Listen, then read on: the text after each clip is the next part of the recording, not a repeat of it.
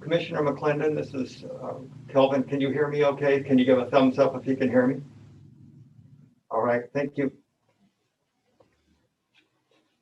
And it looks like we have an attendee who was not registered.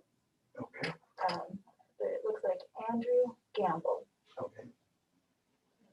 I'm going to be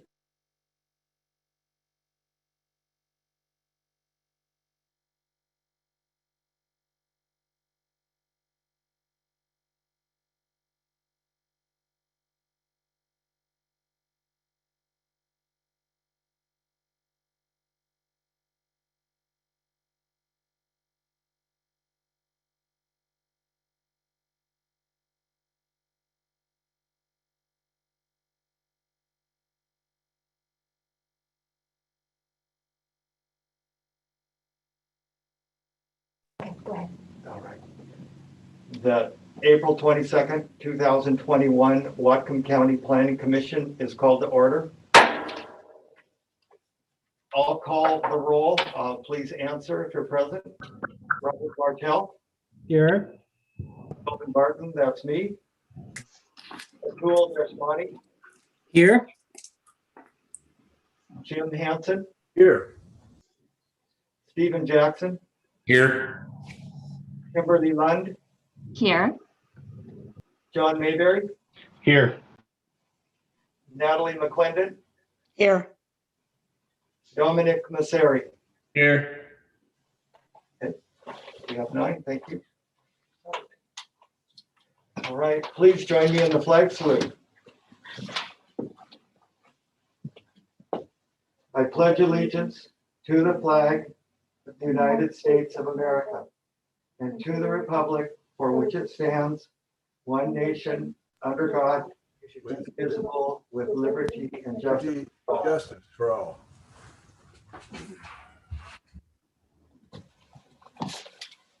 So it is time now for department update. Mark Personius, would you give us the update? Hi, Council. Happy Earth Day.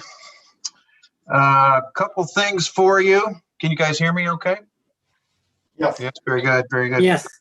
Let's see, a couple things. Just backwards on what council was up to last couple weeks on issues that you guys have been involved in.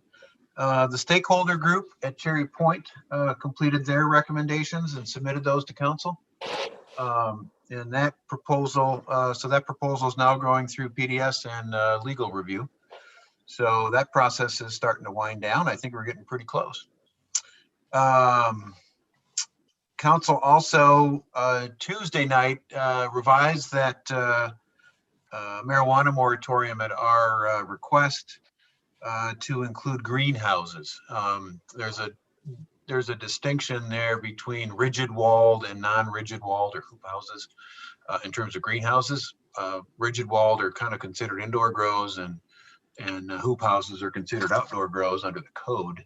And so both can have issues when it comes to odor and or lighting. And so we wanted to make sure that those got addressed in the moratorium, and council approved those. So that moratorium's in effect, or will be very shortly, for 6 months. We'll be putting together a briefing memo here. Staff will be working on that over the next month. Put together a briefing memo for the council and ultimately for the planning commission on the issues regarding marijuana growing and processing, and issues regarding the code, and some options about how we might address some of those issues that have been raised by the public. The idea is to get that briefing memo together on options, bring that to council, get their input on it, and then bring that around to you guys to start that public review process. So that'll be coming back to you. Looking forward, next council meeting, we're going to present your recommendations on the open space applications from your last meeting, the CIP amendments, as well as the public participation plan revisions.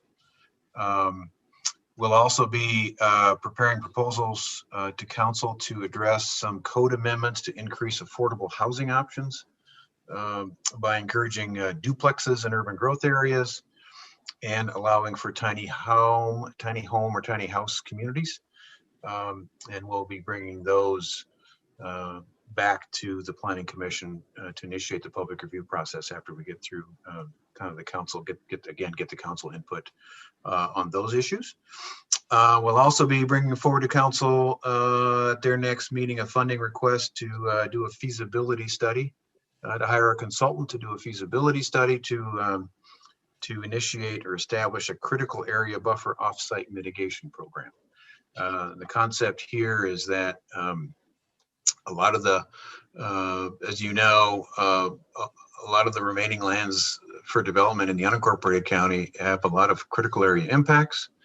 And so per state law, the applicants have to go through what's called mitigation sequencing, and it can make sure that you avoid the impacts on critical areas.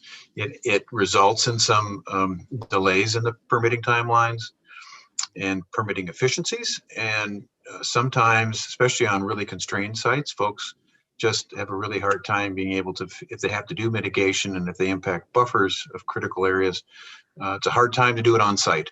And so the idea is to look at facilitating offsite, having a site offsite that folks can go to more quickly do offsite mitigation, do some wetland enhancement or riparian impact enhancement, and provide an overall countywide ecosystem lift. So we're pretty excited about that.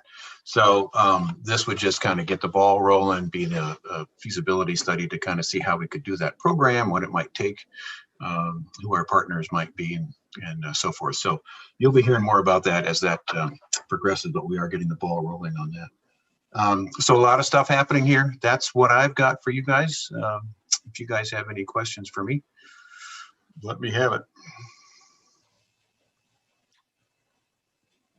I'm not seeing any hands come up there, Mark. Thank you. Really good. Thank you, Kelvin. I've got to run, but then I wish you guys success and certainly enjoy your evening. Thank you. So the time now is for open session for public comment. And I want to remind everyone that this is a time for the public to speak on any topic except the one that we're having the public hearing on tonight.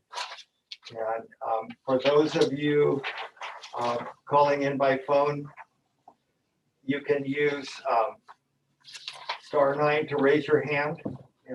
You can press *6 to unmute your phone. Each speaker has up to 3 minutes, and we'll give you a 30-second warning when 2.5 minutes has come by. So let's go ahead. Wendy Harris, go ahead. We'd like to hear from you.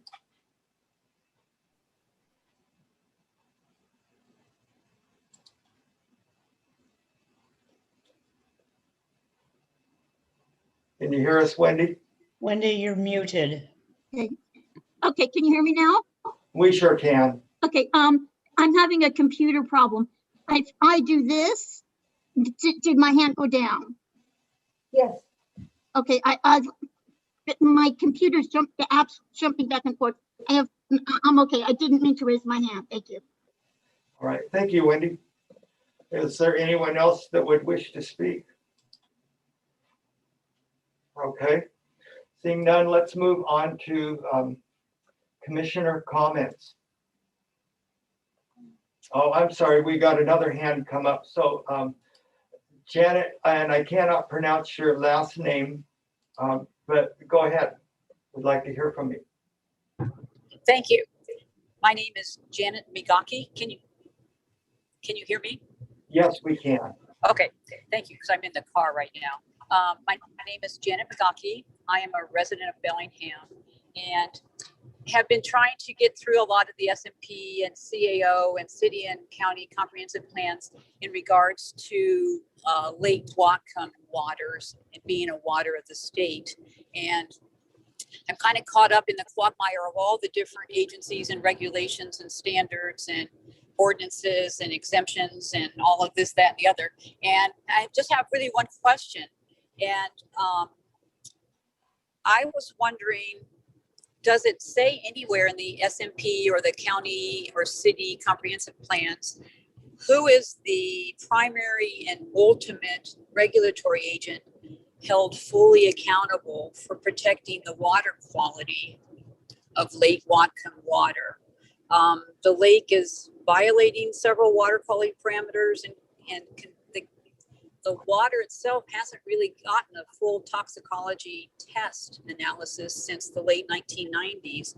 And I know that TMDL is trying to address the low dissolved oxygen levels. I was just wondering who's ultimately in charge of looking at all of the contamination in the water, not necessarily the fish or the sediments, but the actual water. Can you tell me that? Yeah, and Janet, I'm not taking any of your time here. I just, your question about who is in charge is a really valid one. Just want to make sure to remind you not to go over into the SMP because we'll have a public hearing after that. But you can continue Yes. on with general questions about the lake if you would like. Just my main center question revolves around, I'm worried about the Lake Whatcom water quality because it affects the drinking water quality, because our treatment plant does not remove a lot of contamination. And so I was just wondering who is ultimately responsible for the water quality parameters so that we can kind of start keeping an eye on that. So I'm going to ask staff person Cliff Strong. Cliff, do you know who's responsible for that? Sure, it's joint responsibility between the county, the city, the Lake Whatcom Water and Sewer District, Department of Ecology, all kinds of folks. And there's a whole program under the Lake Whatcom Policy Group. If you Google that, you'll find their webpage, and it's comprised of council members of all these agencies. And there's a whole program for doing all that. So well, that's my question, is the quagmire of all of those jurisdictions interacting, as well as all of their standards and ordinances and exemptions, and who actually is there? Do we have any idea when we will ever test the lake water again for a full toxicology report? For instance, on the news. It's being monitored all the time. There are lots of tests going on. There's a whole testing program for it. So if you, like, again, if you go to the Lake Whatcom Policy Group, you can find all that information. Okay, I'll do that. Thank you. Yep. Commissioner Desmani, did you have a question for Janet? It's not a question for Janet. It's hopefully will help. And there's a Lake Whatcom Watershed Advisory Group too. That's not part of a city or county effort. That's I know that some people in that group who share these concerns. And if Janet is aware of folks like Laura Weiss and others, they share these concerns about the multi-jurisdictional nature, and that only limited tests are done by the city on Lake Whatcom. And so Janet can feel free to contact me, and I'll be glad to assist her connecting with those people. Are there any other members of the public who wish to speak? Okay. Seeing no hands, the next item on the agenda is approval of the minutes for April 8th, 2021. Commissioner McClendon. We have commissioner comments. Okay. I'm sorry. Go ahead, Commissioner McClendon. Okay. I just wanted to let people know that the ad hoc committee on public participation is meeting next Tuesday at 1 o'clock. A virtual meeting, I should say a remote meeting. If you are interested, this will be kind of our organizational meeting to figure out what it is we're going to do. So in the spirit of public participation, I want you to know so you can participate. So let me know directly if you want to be in on that, and I'll make sure you get an invite. Commissioner Mayberry. Yeah, I just wanted to disclose I reached out to Deani Taylor of Taylor's Shellfish Farms. Noticed that she made some comments in her newest packet here. So Commissioner Hanson. I spoke with Carly Dethridge of Resources regarding SMP this previous week. And thank you. Any other commissioner comments? Okay, now let's move on to approval of minutes from April 8th, 2021.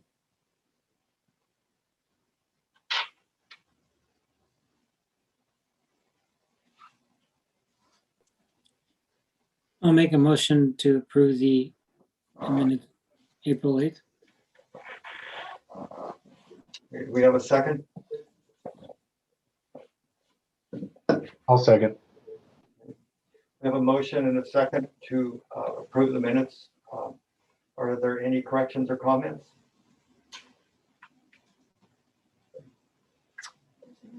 Commissioner Hanson, did you wish to comment? No, thanks. I guess my hand just didn't go down. Okay, I got it. okay. So seeing no questions or comments, Tammy, would you call the roll, please? Commissioner Bartel, Abstain. Commissioner Desmonte, Aye. Commissioner Hanson, Yes. Commissioner Jackson, Yes. Commissioner Lund, Abstain. Commissioner Mayberry, Yes. Commissioner McClendon, Yes, Commissioner Mosseri, Yes. Commissioner Barton. Yes. We have 7 ayes, which carries.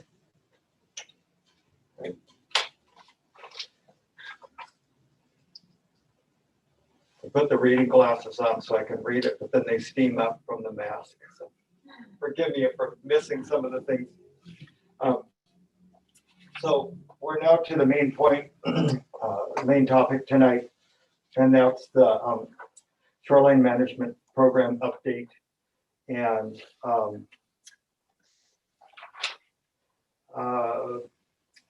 for the public, I wanted to point out that we have had a substantial number of meetings on this, and we started in October, and we've been coming up here through April 21. We've had 9 work sessions, made quite a few changes, and so this is where we're at tonight. I want to let you know that we have Chad Young from the State Department of Ecology is going to be on with us. It's a joint meeting of Whatcom County Planning Commission and Department of Ecology.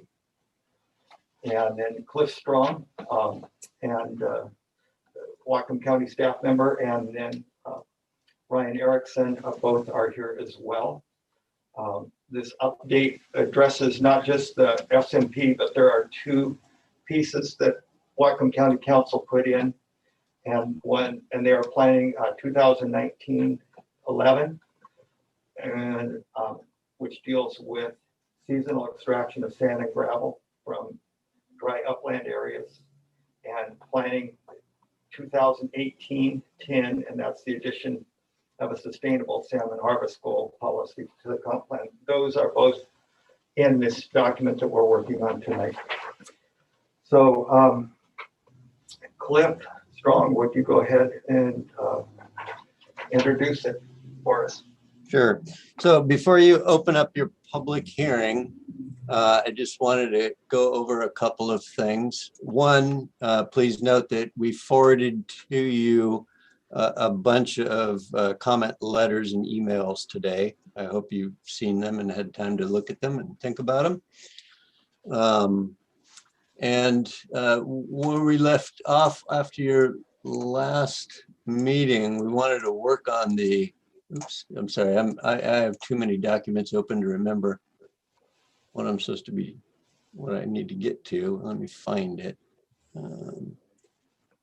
Memo. There we go. Oh, there it is. Sorry. To follow up on 16, 710 habitat conservation areas, Ryan and I worked on some of it, trying to get to where you guys wanted to go. I'm not sure that what we did actually solves the problem yet, though.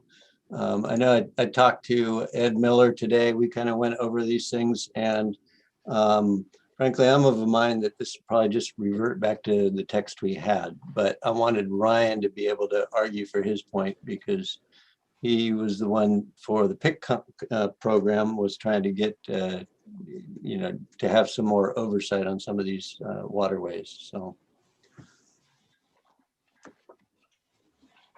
Thank you, Cliff.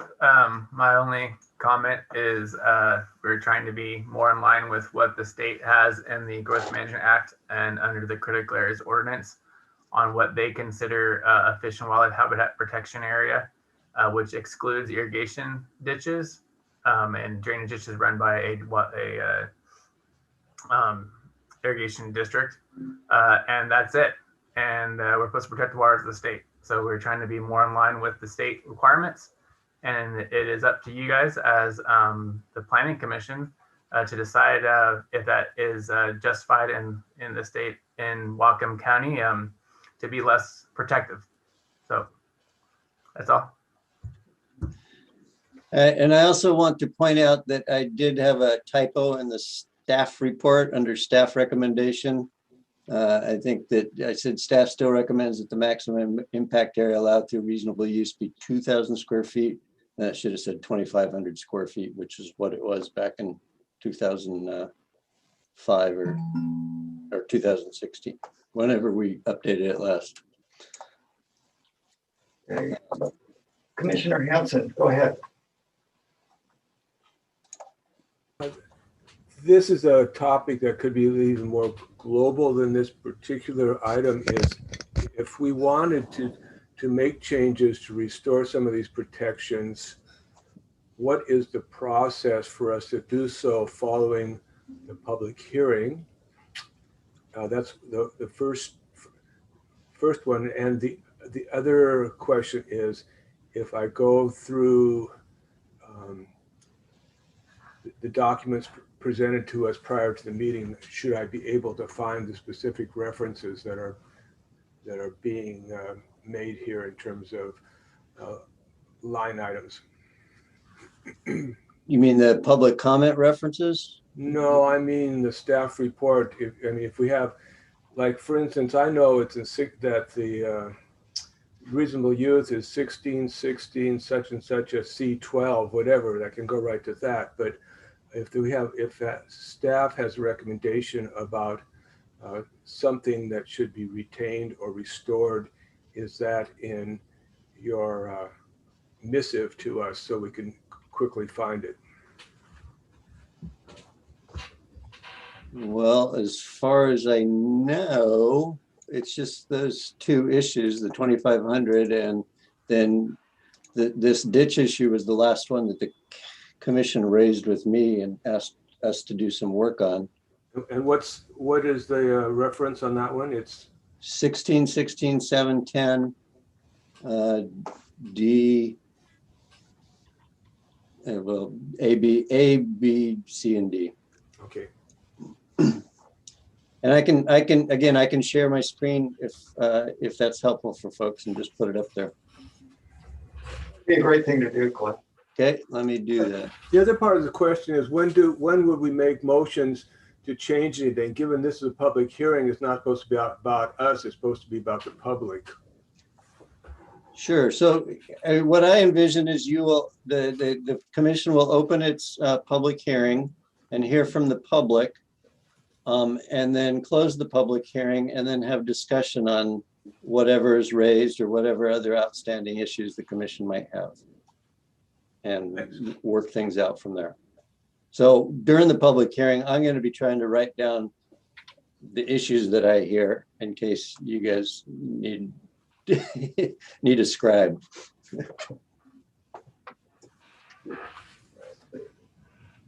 Okay, so this was the ditch area, or the ditch issue. And, you know, really, after I looked at it and thought about it, I had to get these memos out like in one day to you guys. So then I start thinking about them afterwards. And really all we did was move this up to here and didn't change everything other than adding irrigation ditches. And Ryan's right. They actually, the WAC does just say that irrigation ditches aren't to be considered HCA's. And down here we had ditches and other artificial water courses.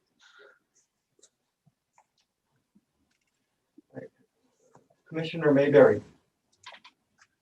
So are you looking for motions to make edits to this language right now, or you want to wait till the end? I think you should wait until after you hear from the public. Okay. That's my personal opinion, but the commission can run however you wish. Fair enough. Commissioner McClendon. So have we been allocated time at our next meeting to finish this up? Or, Well, I was just going to see, you know, where we got. If you finished everything up, then we can finish tonight. But if not, then we can schedule another meeting.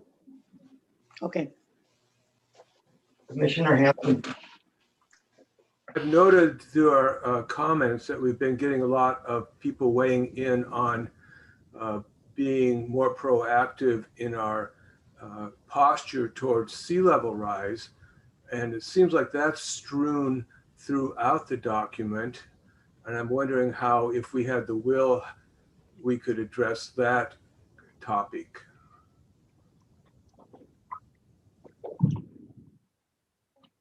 I'm not sure that's something I can answer. It's really up to the commission to decide. I mean, we can help you figure out where things would go and what they might say, but it's up to the commission as to whether you want to take it on or not. Well, yeah, that's what I mean. I guess that if we choose generically to do so, you'll help us track down the areas where it would be applicable then. Correct.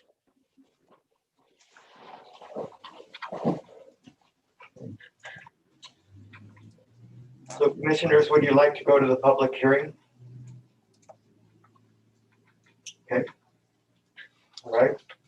So what we'll do is we will open the public hearing, and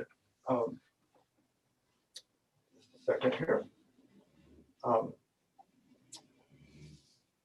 Each person gets 2 minutes to speak per our planning commission rules. And to raise your hand, if you're calling in by phone, it's *9 and then *6 will unmute you. So we are going to open the public hearing. So first up is Ed Miller. Go ahead.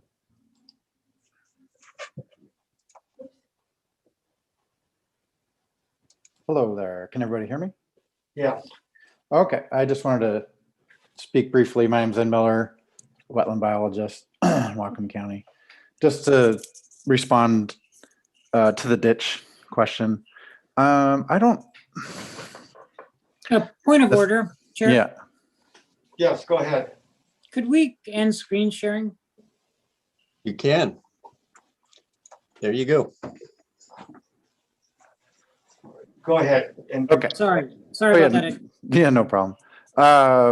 So yeah, I kind of looked at this closely too, and just, you know, and how this would work when it's applied. But waters of the state, for their definition, includes lakes, rivers, ponds, streams, inland waters, underground waters, salt waters, and all of the surface waters and water courses.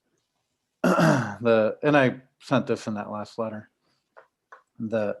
Under the WAC, the definition of a water course, which is where the ditches would fall, talks about presence of during a high water mark, potentially presence of fish, and it specifically excludes irrigation ditches, canals, stormwater treatment conveyance systems, or other entirely artificial water courses.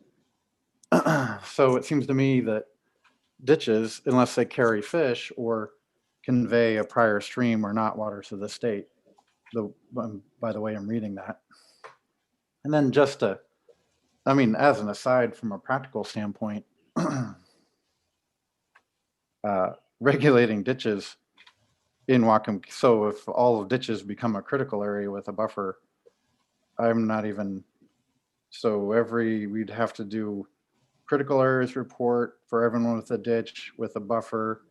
I'm not sure how that would work if you filled a ditch, what the mitigation would be for that. Would you have to create another ditch?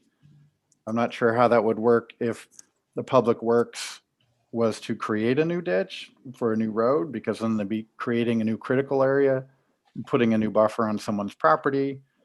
Additionally, all of the ditches in Whatcom County that have these buffers are located in county right away. So, I mean, that just seems from a practical standpoint, just not even really doable, aside from the fact that they don't appear to be waters of the state by state definition. I think that's all I have, and I think my time's about up, so. Right, thank you. Yeah.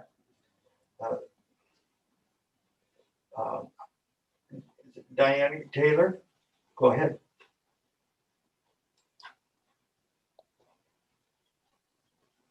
Hi, can you hear me?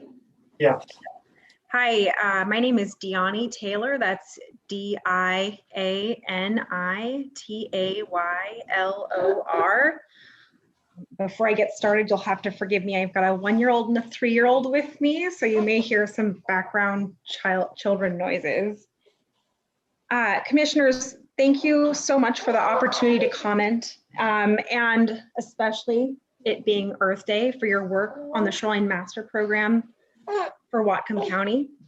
I am a 5th-generation shellfish farmer with my family business, Taylor Shellfish Farms. We have been farming shellfish here in the state since 1890 and grow a variety of oysters, mussels, clams, and gooey duck here today. And our company is vertically integrated, where we farm tied to table. So we include everything from hatcheries and nurseries to farms, processing facilities, and retail and restaurants. I wanted to introduce myself after we submitted comments on the most recent draft of the SMP document. We really appreciate regulations, especially in the Shoreline Master Program, that are so important to protect our environmental resources, including water quality and shoreline and our shoreline ecosystem, which is important and critical for our farms. Our comments are intended to just ensure that the regulations around aquaculture are based on the most current scientific and technical information and align with the state guidelines. So I really appreciate your time, and we're always happy to answer questions if you have any. So thank you very much. Okay. Thank you. Carly Deathridge. Go ahead.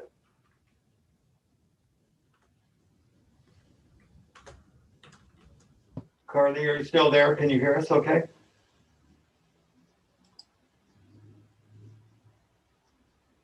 I'll try it again. Hi, can you hear me? Yeah, now we can. Thank you. Great. Yeah, I think I didn't get the permissions for a second there. Well, good evening, planning commissioners. My name is Carly Deathridge, and I'm the Land and Water Policy Manager with Resources in Bellingham. Thank you for your detailed work and attention on the SMP over the last few months. The current version of the SMP is an improvement for protecting our shorelines that sustain forage fish like herring, salmon, and southern resident orcas. However, there are 3 areas to further strengthen the SMP. We submitted a letter on April 12th asking the Commission to make changes with respect to reasonable use, sea level rise, and include the use of Department of Fish and Wildlife's new riparian buffer guidance in the critical areas ordinance.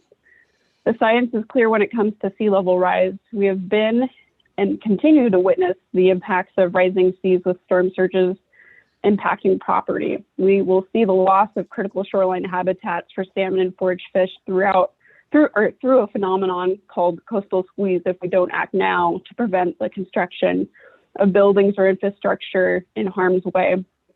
Suggested code for amending 2330 under general regulations as a new section was included in our letter.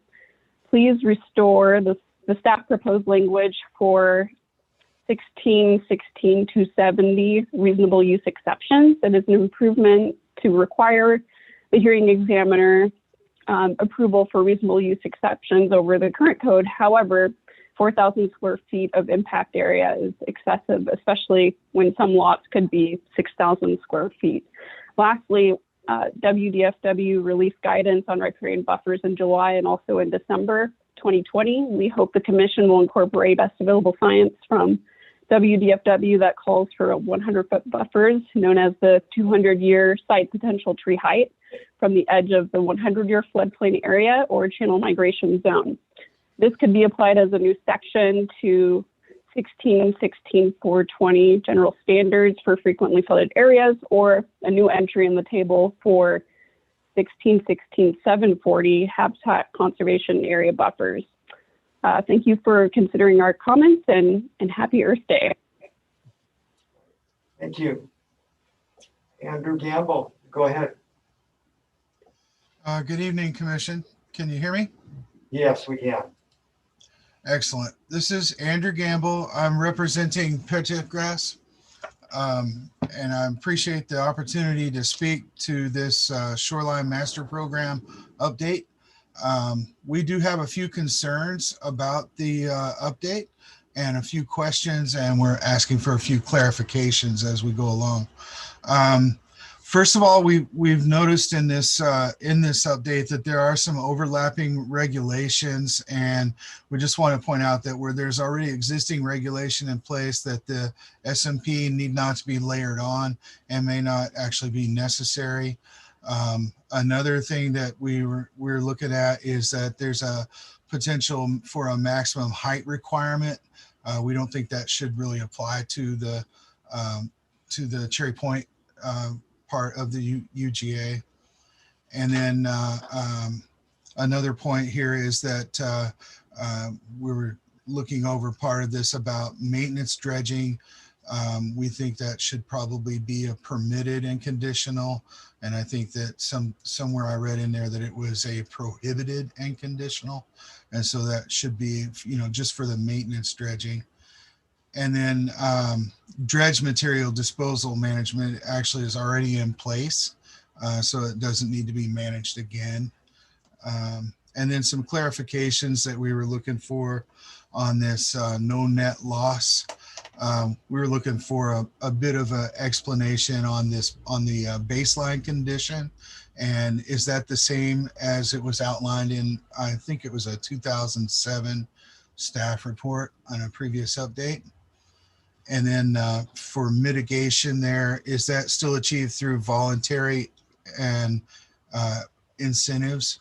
Or is that going to be mitigations for that to be a permit required mitigation? And then as far as that mitigation goes also, is that going to have to address, could that be applied to legacy or historical problems and not part of a new project proposal? And then I had a question about the SMP. Does this establish a shoreline conditional use permit? And then finally, the final point, we were looking for some clarification on the sea level rise policies. I heard Mr. Henson talk about that as well. It's kind of scattered throughout, and we were looking to see if this is going to create new responsibilities for permit applicants. We really appreciate the chance to, highlight a couple of things here and continue participation as this goes on. Thank you for the time. Thank you. Are there any other members of the public that wish to speak? We'll hold here a minute. Yes, Tim Johnson, go ahead.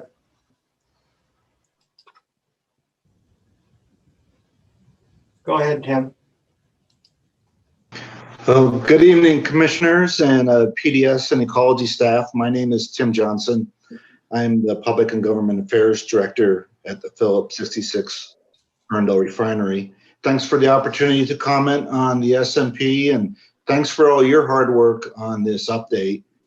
I would refer you to the Phillips 66 April 12th written comments, as well as some supplemental comments that were submitted today via email. But I would like to highlight a few comments tonight, specifically in Exhibit C, which is Chapter 8, per Policy 8T-1. We would request some clarification of the methods by which the county will coordinate with landowners to protect marine resource lands. And also in Policy 8U-2, we'd request some clarification of the types of non-regulatory programs and options and incentives that owners of marine resource lands can employ to meet or exceed the county environmental goals. And then over in Exhibit D, which is, I believe it's Title 23, the general provisions of that Chapter 23 indicate that shoreline development must be consistent with Shoreline Management Act of 1971, the county shoreline regulations, and other county land use regulations. Chapter 23 then references certain requirements for existing legal fossil fuel refinery operations, existing legal transshipment facilities, expansions of those facilities, and new or expansions of renewable fuel refineries or transshipment facilities. And there's related definitions also provided on page 241 on expansions of existing fossil fuel and renewable fuel facilities that says they're required to obtain conditional shoreline permits. As the planning department is aware, industry, labor, and environmental organizations, stakeholders have been working together to develop recommendations and changes to the County Council's October 2019 proposed comprehensive plan amendments. There's been considerable progress made by the stakeholders, and those have been presented to the County Council for their consideration. And we'd request that this SMP draft be delayed until the final work from the stakeholder effort is accepted or rejected, and the final definitions and framework for when conditional use permits is finalized. And then finally, I would just like to note that we would request an additional opportunity to review and provide input and further revisions made by the staff before the shoreline amendments are finalized. Thank you very much for your time. All right. Thank you, Tim. Wendy Harris, go ahead.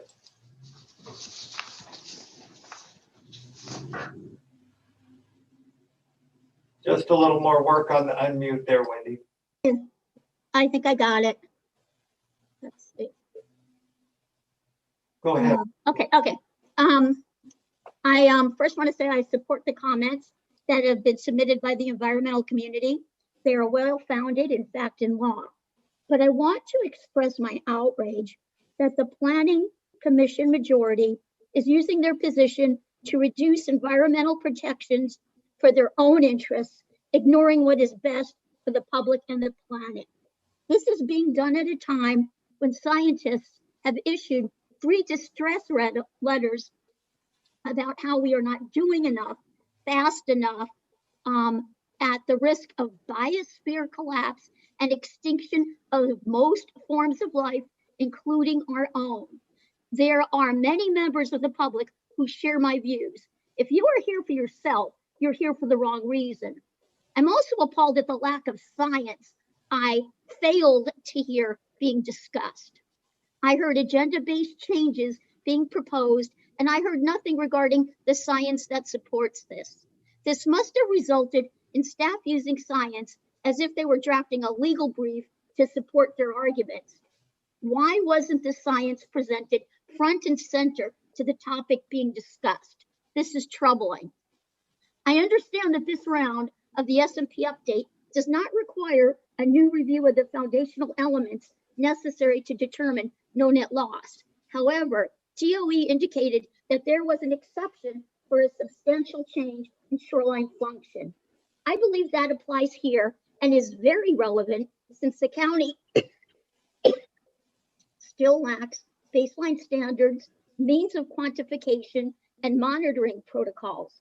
In other words, we have no means of determining no net loss, which leads to the following statement on all but the largest SEPA reviews, which is with regards to species and wildlife present, none known to the best of my knowledge. And by that, everybody escapes having to care about or mitigate for wildlife impacts or whatever other kind of impacts are around. Other changes and events approved or pending are going to reshape the shoreline in the county jurisdiction in a manner that will make it unrecognizable from its current condition. We've lost one of the most important shoreline keystone species since the last SMP. 30 seconds, please. The sea star. Numbers have established how the loss of even a small number of stars had a significant impact on our healthy shoreline function. There's the Birch Bay berm. There's the Cherry Point update that's allowing expansion of use and of size. And that's going to bring in more tankers, which have led to the killer hornets that are here in Blaine. And they're believed to have arrived by a Cherry Point tanker. And so these are vectors for aquatic invasive disease. Taken as a whole, this is enormous change, and it's a loss in shorelines of statewide significance that does not follow the prioritized shoreline use preference set out in the SMA. One sentence. I asked that the DOE require the county to review time is up. and at least provide a concrete example of how the no net loss would work. Wendy, we're gonna have to shut this off. Your time is up. You've gone a ways past it, and we want to thank you for your comments.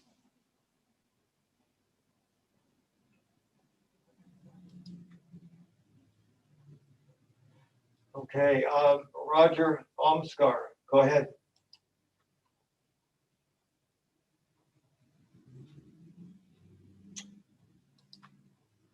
Need to unmute. We're not hearing you yet, Roger.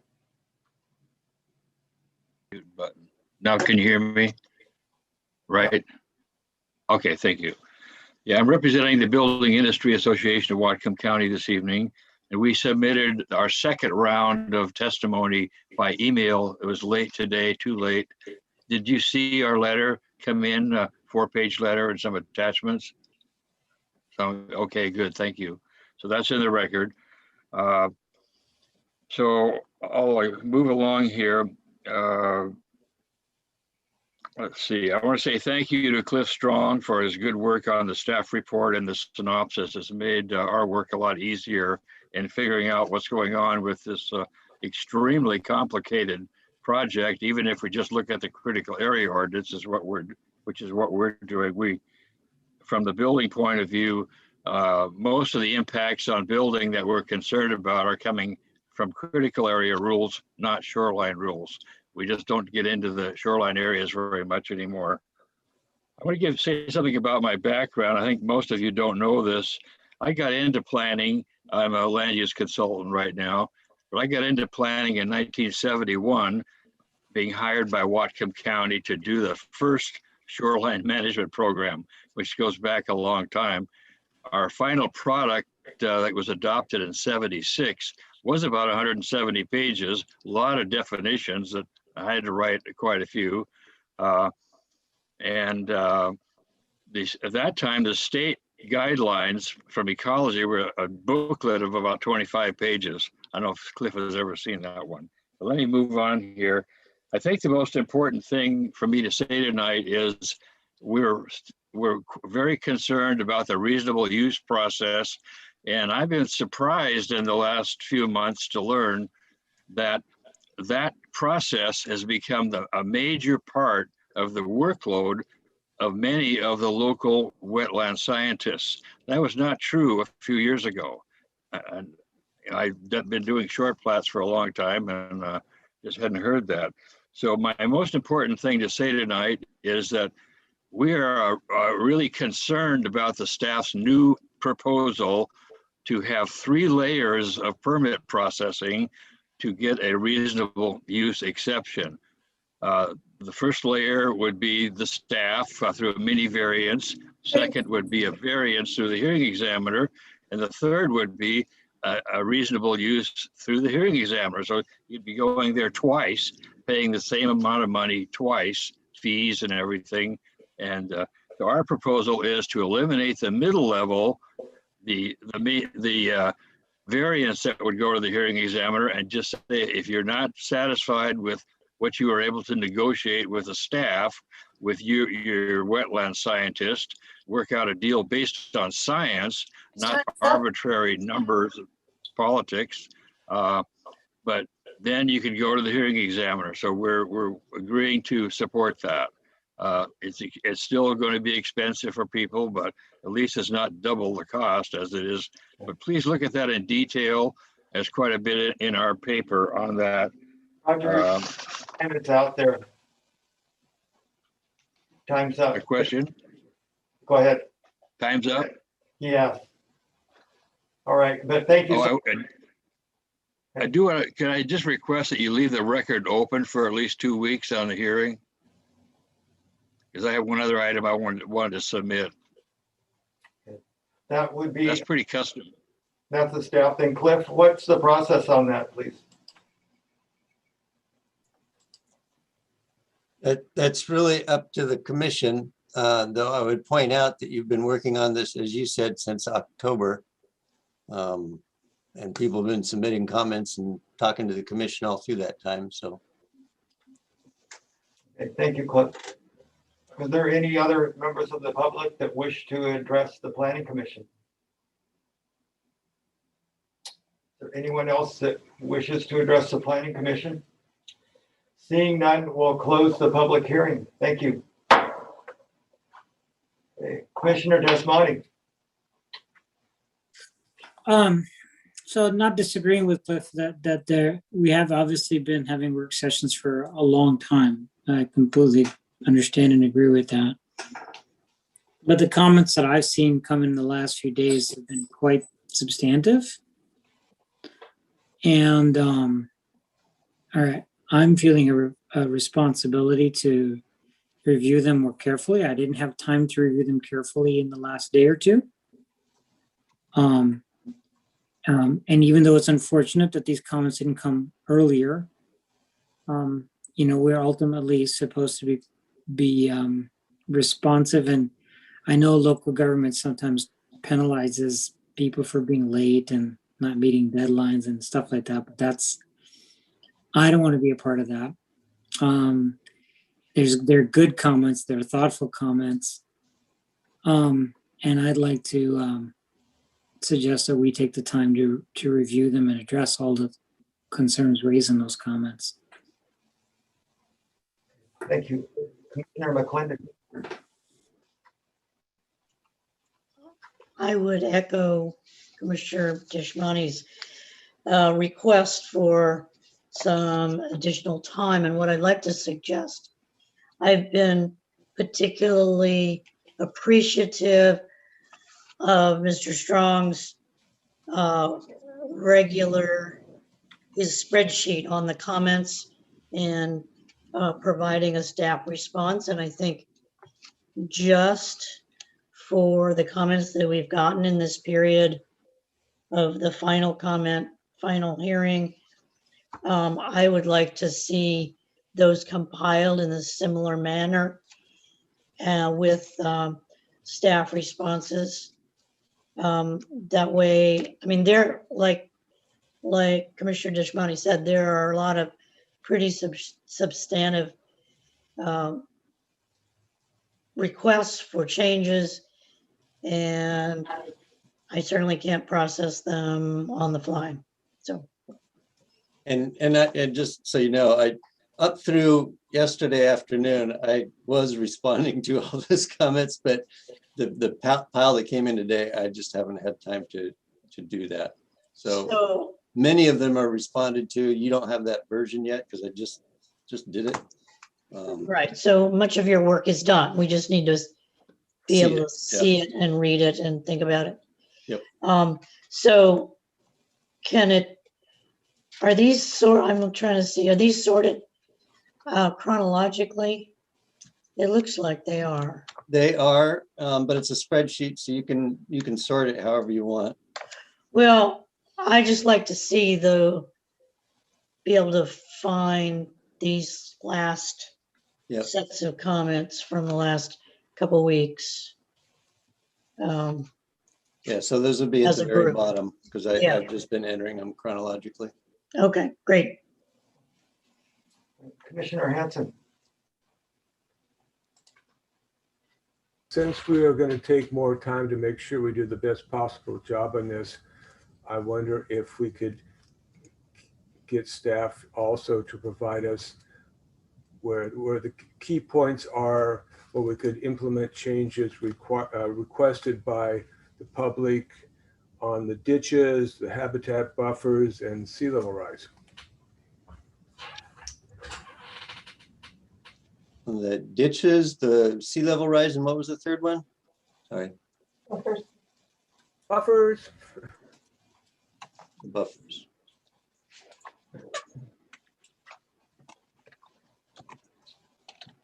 Commissioner Mayberry. Are we in a work session now? Is that what we're doing? We are in a work session, yes. Well, I believe your public hearing is still open at this time. You don't have to close it, and you could keep it open for 2 weeks or whatever until you make your decision, but it's up. Well, I entirely think, point of order, Chair, I think you closed it, didn't you? Oh, did you? Yeah. Oh, okay. Sorry, I didn't hear you. Okay, if that's the case, I'd like to go back to the ditches language. If Cliff could bring it up, I think I've got some quick changes that might help. Okay, give me 1 second here. All right. Seeing it? Yep. Okay. So in our county, we don't really have irrigation ditches. So I'd like to make the motion to replace the words irrigation ditches with artificial waterways.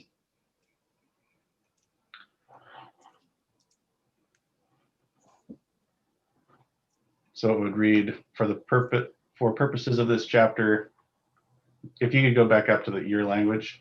Yeah, but I have another suggestion for you before you finish that thought, if you want. It does the same thing. And Could you tell us what page this is on? I can never find it. 82, new packet. 83 and 82. So one way to, because I believe I know where you're heading. One way of doing that is just, like I said, if we reverted back to this language, then that's exactly what you mean to do, I believe. So to just read ditches or other artificial water courses are considered streams if they meet these three things. But I'd also like Ryan to be able to talk with you guys about this. Just a question for Cliff. The water course flows into shellfish habitat conservation areas. That was existing language? It is. Yeah, I think council added that back when, long before me, is back when they first created the shellfish habitat conservation areas.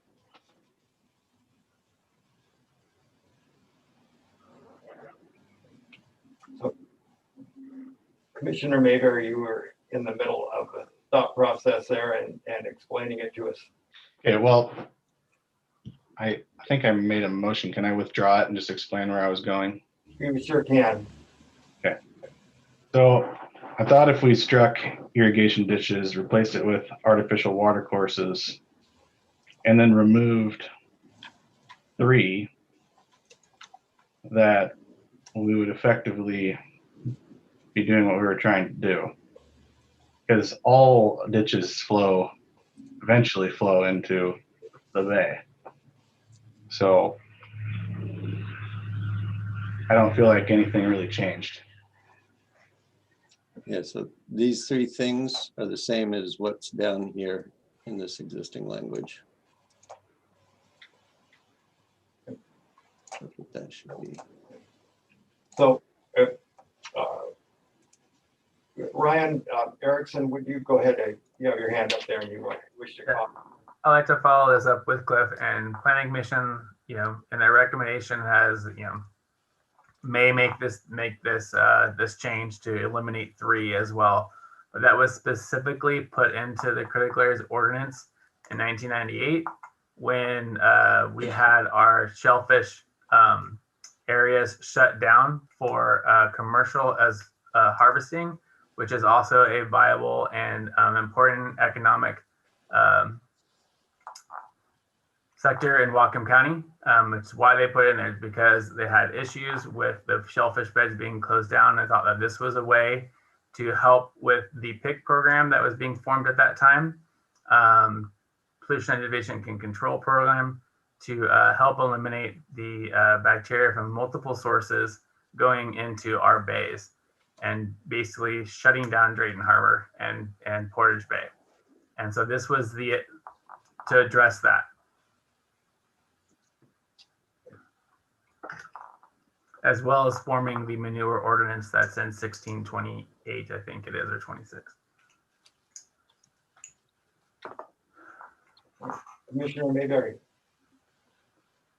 So I was doing a little bit of reading into intermittent flows and definitions and all that, and I stumbled across the Navigable Waters Protection Rule that I believe just got passed. And I was wondering if we couldn't use the language out of that to address what we're trying to get at. Go ahead, Ryan. So that navigable waters is addressed in the definition of surface waters of the state, which ties into the U.S. waters of the state, which has a navigable nexus to it. But our definition, the state definition of waters of the state, also includes the definition in 9048, which is in addition to the surface waters of the state, which does not have a navigability context or nexus to it. And as well as, I agree with what Ed Miller said earlier, except for the definition of 9048 says surface waters and water courses. So it's surface waters and water courses as defined. So in WACT 2220660. Anyways, so it's not just exempting out artificial because of water courses. You have to take in surface waters. Anyways, Okay, because but that already has a nexus in the definition. my next try here, if we couldn't get rid of 3, because I think that causes the majority of the problems, was to replace 3 with this definition. I don't know, Cliff, if you could maybe type it underneath so that people can read it. So it would read, the water course meets the definition of a tributary of perennial or intermittent flow.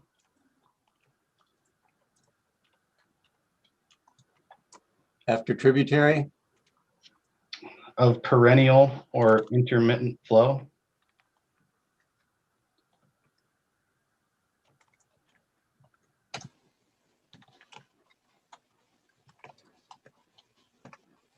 Subject, a little bit more. Subject to the Navigable Waters Protection Rule.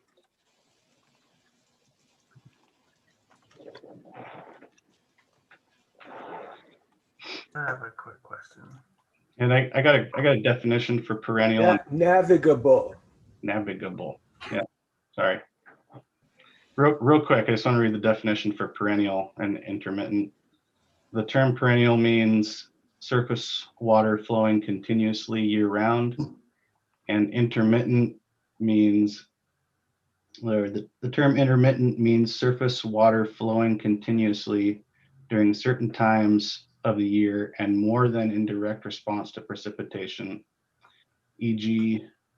seasonally when the groundwater table is elevated or when snowpack melts. So this would include seepage. So some of our ditches that are deep enough or water table gets high enough that they are actually flowing consistently, but would not include just when we get a heavy rain.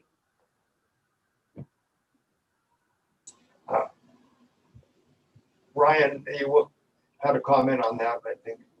Yeah, I have a couple little comments that I jotted down during the hearing earlier. And this is just designating what we regulate. It doesn't mean how you regulate it. So I just want to make sure that everybody understands that we can designate something to be regulated and then choose how we regulate that. And so we're trying to find a way to not put a buffer on something, or we're trying to find a way to not designate something so that it doesn't get a buffer on it. But the question is, for our water quality within Whatcom County, either we regulate it here or we're going to you'd regulate it somewhere else. But the question is, you can always change how it's regulated through the regulations. Same thing with Mr. Armscall had a good point about double the fees in the process that we had proposed. We don't know we double the fees because the fees are set through the UFS, set by the director in consultation with staff. So you could not charge 2 fees if the process is right. And so don't throw the process out because you think you're gonna get 2 fees, just don't charge 2 fees. Same thing with the regulations. Should we designate them the way the state asks us to designate them, and then we choose a different way to regulate it than a large buffer? Then we go that route. That's all. I mean, it seems like we're spending a lot of time on this when this is just the designation section. Commissioner Detzmani. And I just want to confirm again, is how it's previously been written is compatible with how the state defines and designates these categories, correct? I would say that it broadened it, that it took in more areas than the state when they put that in there. The what? When they added flows into shellfish conservation areas. Yeah, that is the one that's not in the WACs. These two are. This is one that council purposely added. Okay, and then follow-up question. So now I'd like to know what would be examples of things. I'd like to understand these two descriptions. The proposed description under item number 4 and item number 3. So is one a subset of the other? And that's my first question.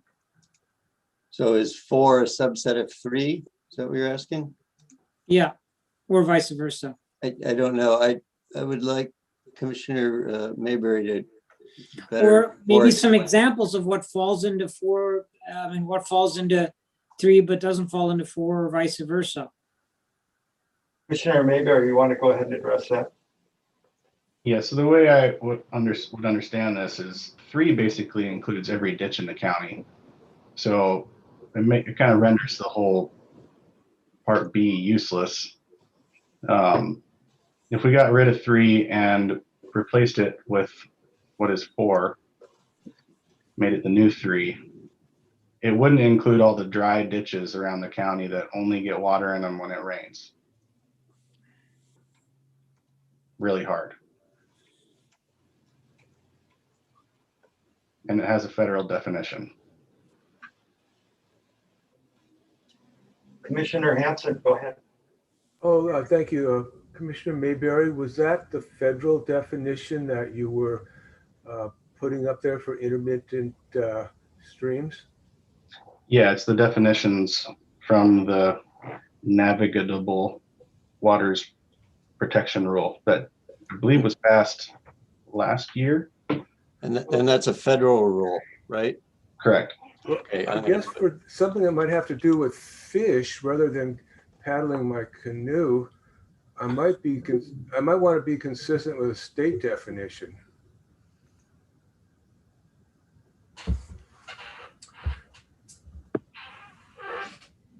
Commissioner Mayberry. Yeah, my intention here was to limit the number, not not exclude all the ditches. If they're flowing based off of groundwater seepage, then I don't know what percent of the ditches that is in the county, but it's a decent amount of them. But it was using this definition would exclude the little ditches all over the county on the side of the road. Commissioner Lund, I'm just worried about that. If we point them to this federal definition, how arduous is that for someone to seek out and understand what that means? So I'm just wondering if we can seek to improve 3 in a way that isn't sending them to definitions outside of this what we're doing here. Commissioner Desmati. I'd like to know how this approach that 3 is laying out, item number 3 is laying out, is different functionally as it relates to control of pollutants. How is it any different than how we handle stormwater? And I recognize that the scope of it is huge. I understand that. But it's basic from what I'm understanding is what this basically is doing is extending how we look at stormwater. Well, the first time I heard about how we deal with stormwater, not understanding how we can put metals and other things into our water, it was quite shocking that we have to have that level of care of what comes off of our roof and comes out of our gutters. That was shocking to me. And I recognize this has this definition or item number 3 has huge implications in terms of how ditches are handled. But is it any way scientifically incorrect that ultimately whether the ditch was dry, except for maybe a month, and it got wet enough, and all these emissions went into the shellfish habitat conservation areas? That's not a way to we're not protecting the shellfish areas or the waterways by doing that. So I'm just trying to understand, is there something scientifically flawed in terms of protecting the environment with number 3?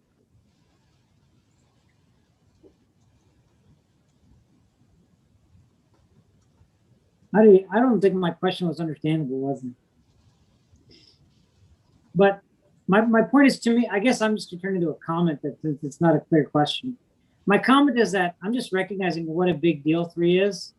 And I recognize that for that reason, we should do it with caution, but it's not unreasonable to me that we should think about all these ditches. That's my comment. Commissioner Mayberry. Yeah, I just wanted to point out that the ditches primarily were put in by the county for the roads. And so the county went in, put in all these ditches, and now we're going to be penalizing property owners that live on a road by turning them into habitat conservation areas. And also just want to point out that the majority of contaminants that are going to be in those ditches, especially the dry ones, are going to be from the road and aren't going to have any positive impact of creating a buffer on the opposite side of the road to protect the ditches. Commissioner Masseri. Sorry, I have a question. In the proposed number 3, it reads the water course flows into shellfish habitat conservation areas. And on the existing text or the original text, it says flows directly into shellfish habitat conservation areas. Are those functionally the same, or is there a difference between that?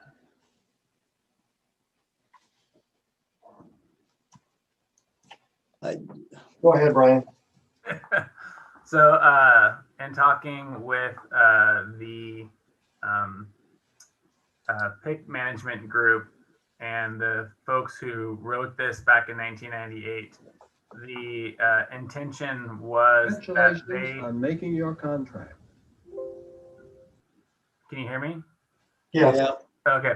Their intention was, just as Commissioner Mayberry had explained, is that every ditch would flow eventually into a shellfish conservation district area. Not every ditch in the county flows into one, but a majority of them would. And so that was the intent. And so we took out that direct part to reach the intent of the council in 1998 and the Shellfish Protection Advisory Group from that time.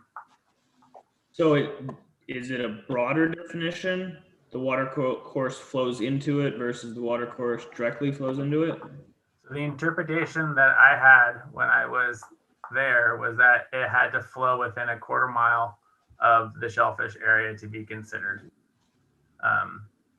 directly flowing into it. That was a policy call on how to apply it. And I don't know how it was applied before me. Ed may be able to jump in on that one, or you can ask him offline between the next 2 weeks to see how it was interpreted before I became the manager there. But in the PIC management meetings, when I brought this up, I was told that I was interpreting it incorrectly, and they thought that was going to be every up the order of a stream order all the way up that was flowing into a shellfish would be covered under this definition. Because just so I understand, so under the current definition and how staff has been interpreting it, we haven't been putting buffers on every ditches in my experience. I could be wrong, but I don't believe that's the case. But is the intent with the new definition to largely put those buffers into place? To put some sort of buffer, and that's why I was trying to have the type O or whatever we want to come up with. I don't know if there's any scientific BAS for 25 feet. It may be a different number. It was just a discussion point. But yeah, putting in some sort of water quality strip between the use and the ditch that's carrying the contaminants. This is just one potential tool. Right now, outside of the MPDS phase 2 areas of the county, none of our other roadside ditches are covered under a protected of a stormwater ordinance.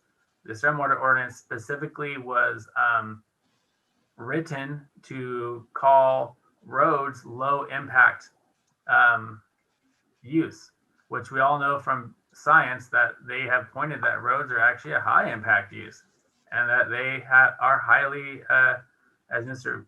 Commissioner Mayberry and Desmonte had just said, they carry lots of pollutants and they load up our streams, and they're the reason for a number of our TMDLs in our area, and we don't manage those. And maybe it's better if we adjust our stormwater code to manage those areas for water quality.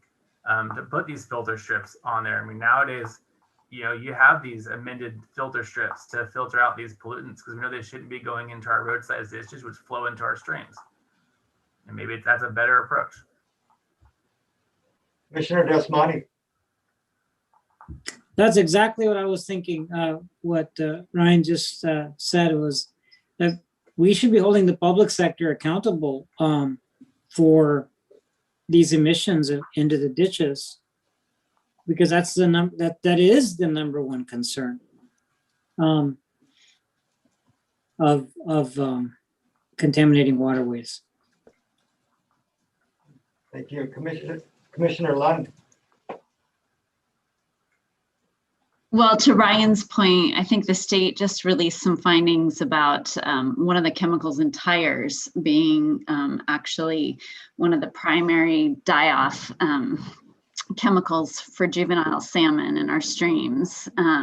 So it's significant, and the science that we're gathering today suggests that there's real impacts in the Salish Sea. So I was wondering if Cliff, if you could if we could split screen, or you could show kind of how if we left it the way it is in number 3, how would kind of those O-type waterways that we were talking about previously be handled? Like what you know, what the buffers are. Yeah, what proposed. the buffer, if you could refresh that for me. Let me, yeah, Appreciate it. get down to it.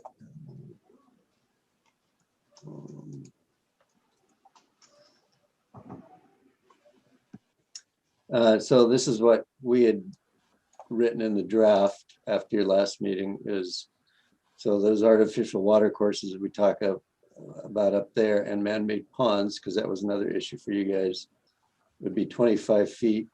And then we also added, unless otherwise approved through a habitat management plan pursuant to subsection B2 or a conservation farm plan. So they would, as written right now, the lower buffers, this would be our least buffers, would be 25 feet, but somebody could have the option of doing a habitat management plan, which is a fairly simple thing to do. Or if you're a farmer, do a conservation farm plan, and then you could have lesser buffers because you can implement best management practices. Commissioner Hanson.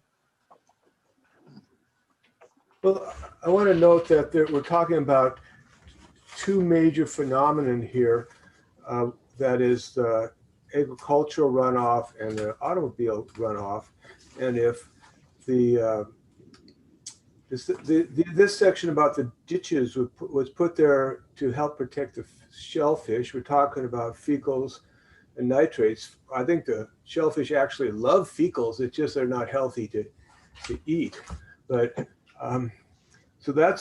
so would those have to be dealt with one way, like farm plans and filter buffers on agricultural land that will address those kind of impacts. But if you're talking about the pollutants, the heavy metals and the toxic compounds coming off cars, the most effective thing we could do to limit them is to try to limit rural sprawl. In the city, they can run their stormwater, their ditches into apparatus that cleans out these things before they're discharged into the waters of the state. But we can't really do that in the rural area. So that's part of why I've been consistently trying to find ways where we could discourage people from building in the county and leave it to the farmers, and discourage people who want to live out there and then drive into town 3 times a day and causes pollution problem. Commissioner Mayberry. Yeah, I just want to reiterate the consequences of creating a buffer on ditches. It requires everything we've been talking about for the past, I don't know how many months, including native vegetation. I'd imagine that we would have, if this was followed, we'd have 25 feet of trees along every single road in the county. You wouldn't be able to see anything, which maybe is fine, but it would have some pretty big consequences. And it would do nothing to address the roadway pollution. Okay, Ryan, go ahead there. You wanted to weigh in. It just sort of dawned on me when Cliff read off or conservation farm plan. The whole reason why we have that shellfish habitat conservation area is that somebody gets a farm plan. That's the reason why number 3 is there. So you could always say that for the purposes of a farm plan, it meets that definition. So then therefore you get more farm plans, which is what they were going for, as opposed to then regulating everybody adjacent to a roadside ditch. Commissioner Masseri. Well, and Ryan, I maybe just said it, and I want to make sure I fully got it, because I agree with largely what everyone's concerns are about road runoff and agricultural runoff, but the 25-foot buffer on everything impacts a lot of single-family residents, which the real concern there is potential stormwater runoff. And so I think rather than a buffer, the better way to deal with it is through stormwater management to make sure that that stormwater is adequately treated before it gets into the waterway. The other reason why I had the 25 feet there was for those so manipulated water courses that they no longer provide fish habitat functions, and so that, you know, and they're just for water quality purposes, having some sort of setback. And we mentioned those in the in our UGA areas. But this is we've spent a lot of time on this. And Ryan, didn't you say that this doesn't have to be 25 feet? That, I mean, it could be more or less or whatever. Yeah, I was just thinking of a minimum water quality buffer off of a water feature. But it could be anything we want. But I think that the intent is not to put a large buffer or a buffer on every single ditch everywhere. It's to put it where it's needed for the use that's adjacent to and the specific needs of that system. Commissioner Hanson.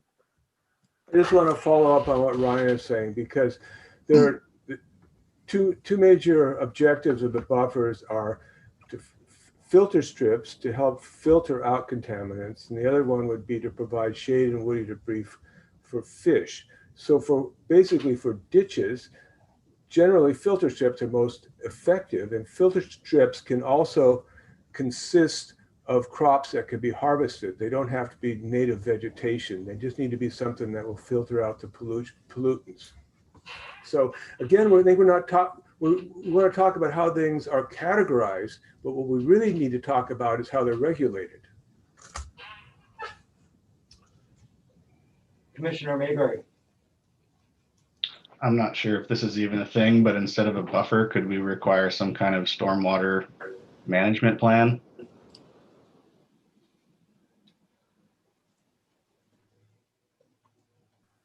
That's a question for staff.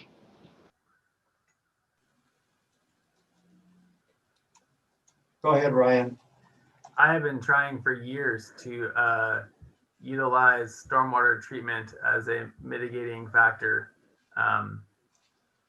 There are other states across the United States that actually do that for low quality systems, including wetlands, where you're allowed to fill in the wetland. In exchange, you pay a little bit of money into a habitat bank, and you upgrade the area's stormwater system.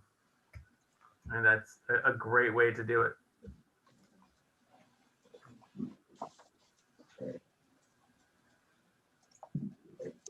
Commissioner Emissary, you had your hand up. Did you take that down?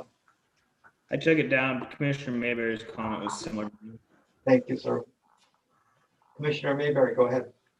It just doesn't seem like we've got the tools to accomplish what the purpose of this is outside of creating a massive impact. So I'd like to make a motion that we go back to the original language. I'll second that. All right, we have a motion and a second to go back to the original language. And Could you show what that looks like again?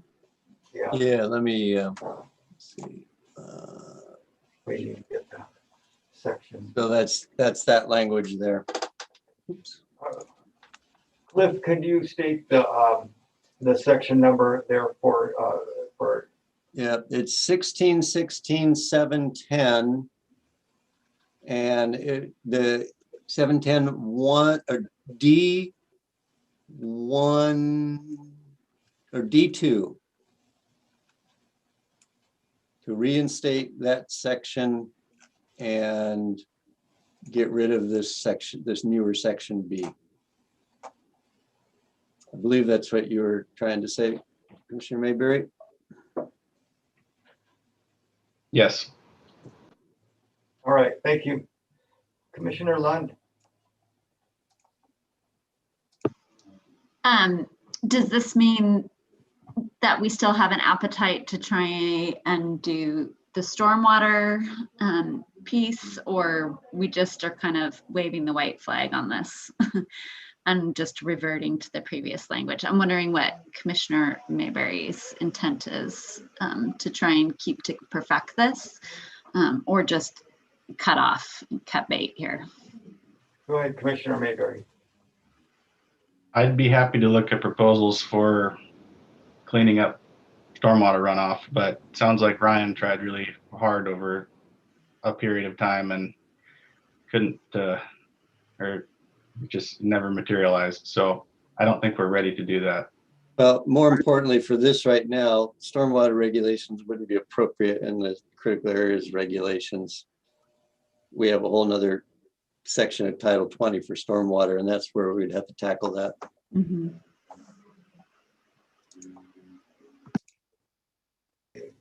Commissioner Hanson. Is this phenomenon of the need for filter strips to protect water quality running into the ditches covered in the farm plans? Yes, farm plans do address water quality. That's one of their primary functions.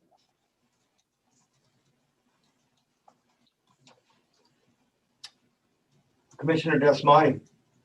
Yes, but not from the road. And I would like to somehow put a placeholder outside of this, outside of the SMP in critical areas conversation to what we're doing right now, that is, outside of this, to follow up and perhaps explore that when we discuss stormwater. It's not on the docket, right?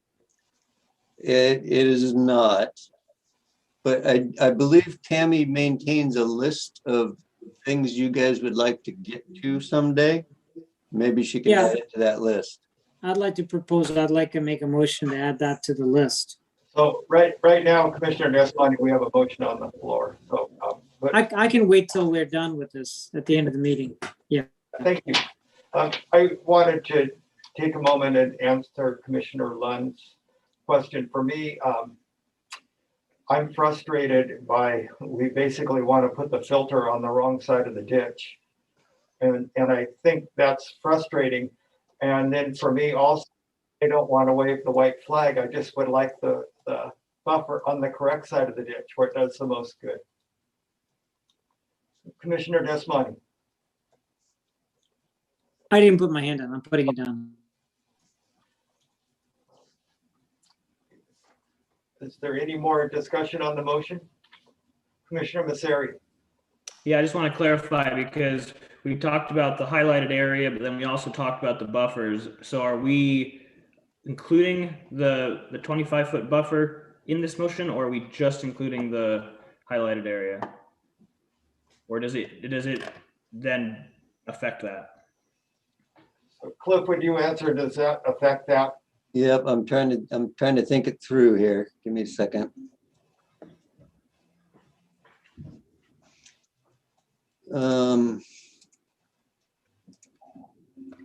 I think I would have to change the citations here. I mean, this theoretically could be maintained. So what this is saying there, if we leave it there, is that so surface waters of the state are HCA's, and ditches or artificial water courses that meet these three criteria are regulated, and they would. So these types are all captured here. This one's still not captured.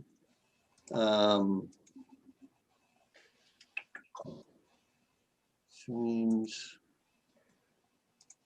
Yeah, so I think if you want to, yeah. I don't know. Sorry, this is a puzzler. Commissioner Lund.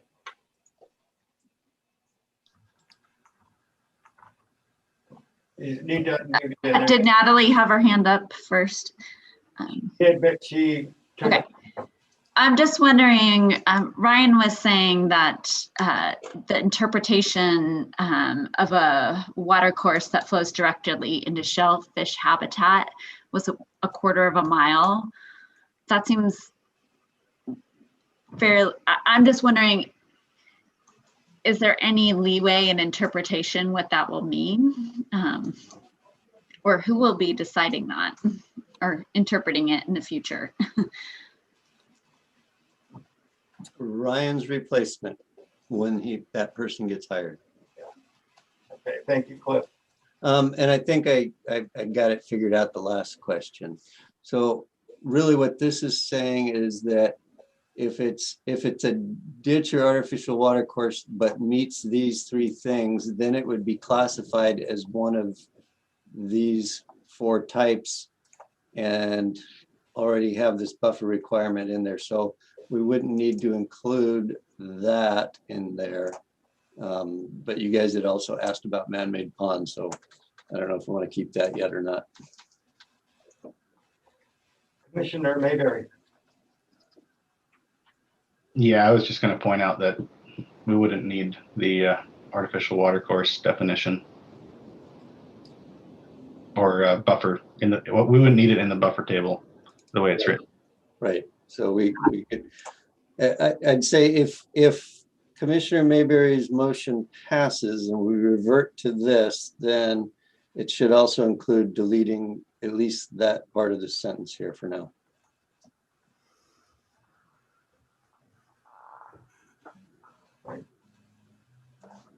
So we could put that in right now, but we could also go ahead and vote on this and see how it goes. And then if this passes, then we can address this one. It might be the least confusing. This has been a long topic. Is everybody okay with calling the question? Okay, Tammy, would you call the roll, please? Commissioner Bartel, Yes. Commissioner Desmonte, Abstain. Commissioner Hanson, Yes. Commissioner Jackson, Yes. Commissioner Lund, Yes. Commissioner Mayberry, Yes.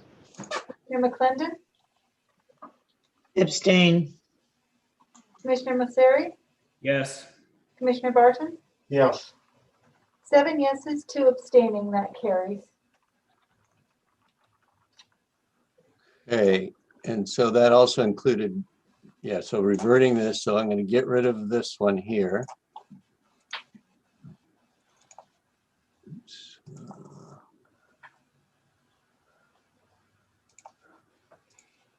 Dang it.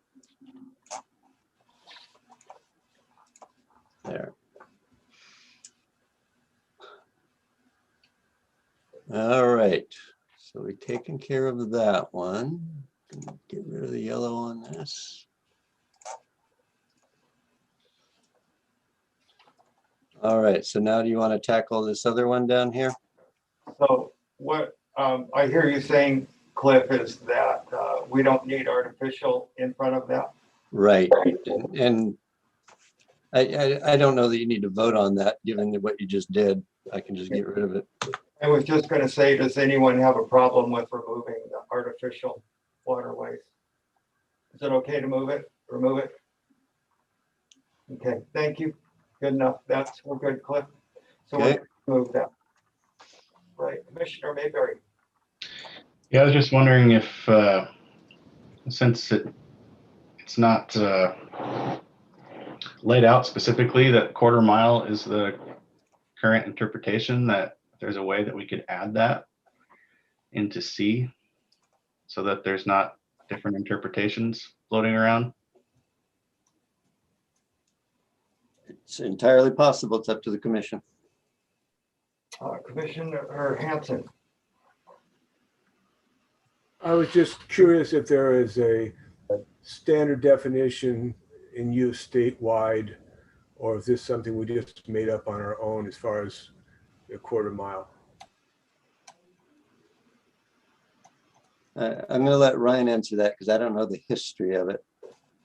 That 1/4 mile is purely out of the stormwater manual, that you don't need to regulate flow of a ditch or regulate flow of a project that discharges within a 1/4 mile of a marine water body. That was it. There's no definitive anything on that.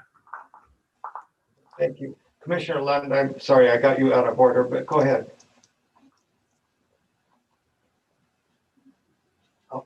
Sorry. I don't know. 1/4 mile just seems kind of weak. And if it's arbitrary, I would be in favor of reconsidering that. And I'd be interested in Ryan's opinion on what would be a more reasonable number. Ryan, do you have an answer for that? I don't know, and in thinking this through tonight, I really think that C was put in to capture farm plans. And that really, because in order to have a farm plan, you have to be adjacent to a critical area or its buffer. And so they put this in here to try and get people to get farm plans by expanding on what is considered a critical area under the exemption of ditches. So I really think C should just apply to those uses that require a farm plan.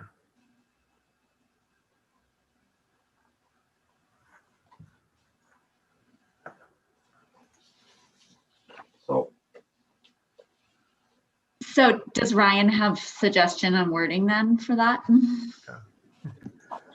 I mentioned it earlier. I just think that for the purposes of the conservation farming planning section, this applies.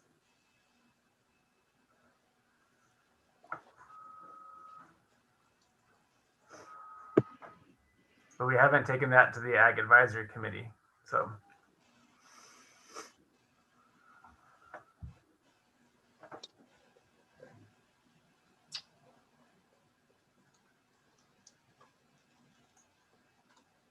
Commissioner McClendon. I'm a little concerned that we don't know what we're doing.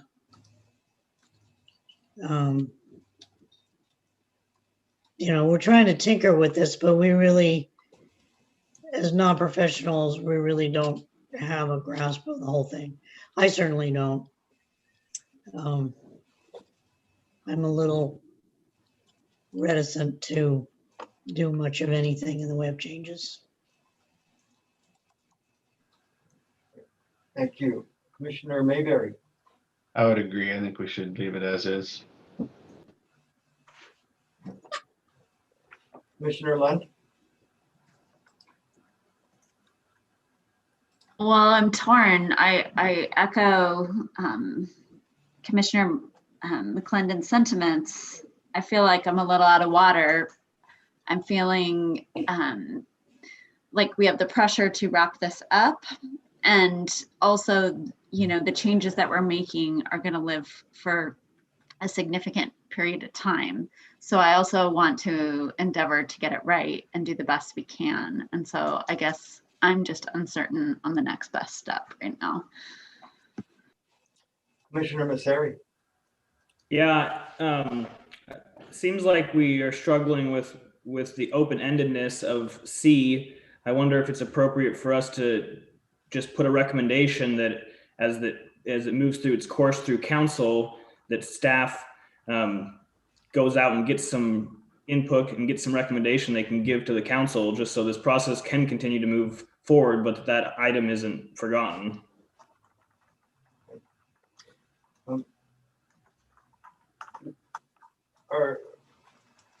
We have some hands up here, and what I'd like to do, if it's okay with the commission, I'd like to ask Chad Young if he would weigh in on it, and he's with Ecology, State Department of Ecology. Is everybody okay with that? Okay. Chad, can you unmute there and weigh in on it?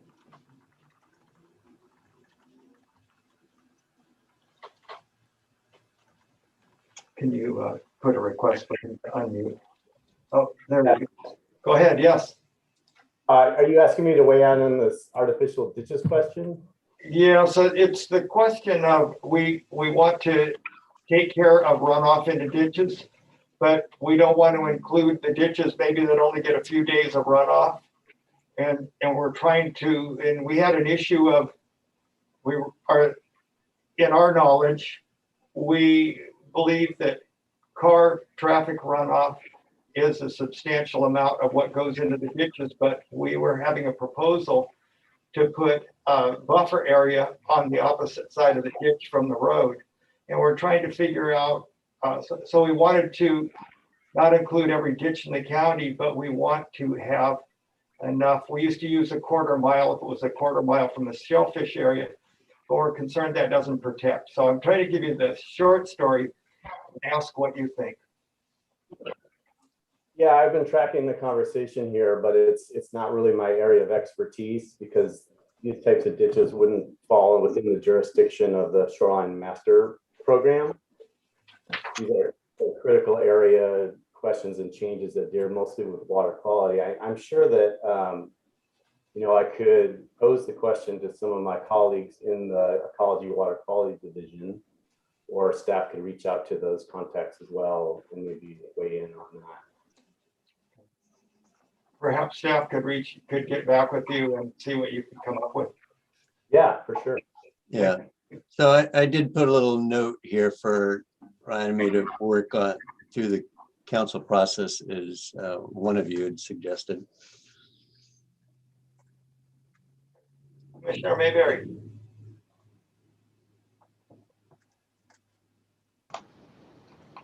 Sorry, having trouble with my camera. Yeah, it just seems like if the goal is to get more farm plans, then there could be a different way of going about that without affecting a lot of other landowners. So my understanding is that the majority of at least manure applied fields already have farm plans. So I'm not sure if we have a huge shortage of that, but seems like there'd be a more direct way of doing it to encourage farm plans. Commissioner Hanson. I think what I have to say has been said now. Thank you.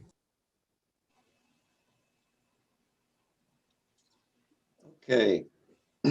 Are we done with this conversation, or is it exhausted itself? That's up to the commissioners, but it looks like we're getting a thumbs up from Commissioner Mayberry. Okay, because there's one other thing that I wanted to point out to you guys in a different document. This one. So this is in Title 23, Exhibit D. And it's under 2340 150 moorage structures. Under B, dimensional standards. I wanted to point out one of the letters of comment we got was about this depth right here, minimum necessary to attain moorage depth. And we had 5 feet in there. But the commenter, one of the local engineers, provided us with some information that it should be 5.5. Ryan agreed. So I have changed that to 5.5 rather than 5 feet. And I just want to get the commissions, I want you to be aware of it and get your concurrence. Page number? This would be page 148.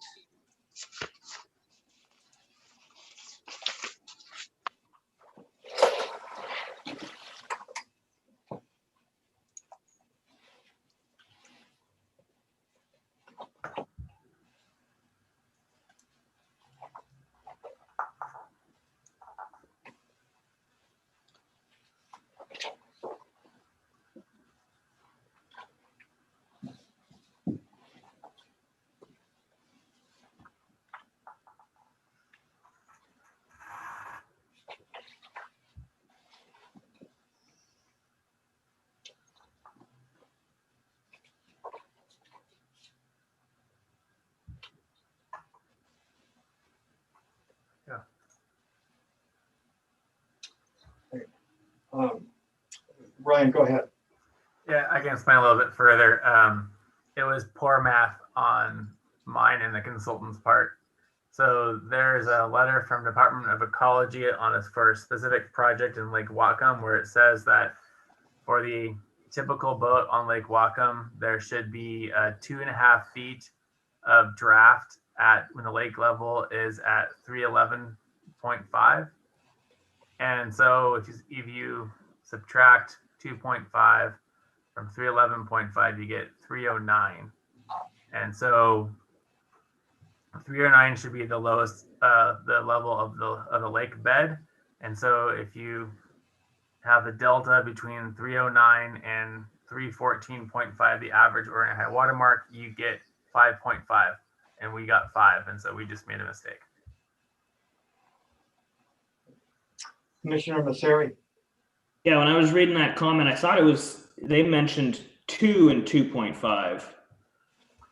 Was Yeah. the difference. So if you use the 5 feet we had there, you'd have 2 feet at a 311.5 elevation instead of 2.5. We made a math error.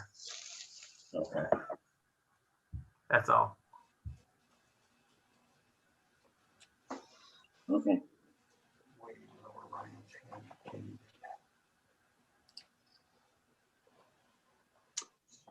So I have nothing else to point out to you guys. This is in your hands now as to what you want to do next. Are there more comment? Do you want to take the 2 weeks to review those comment letters or what have you?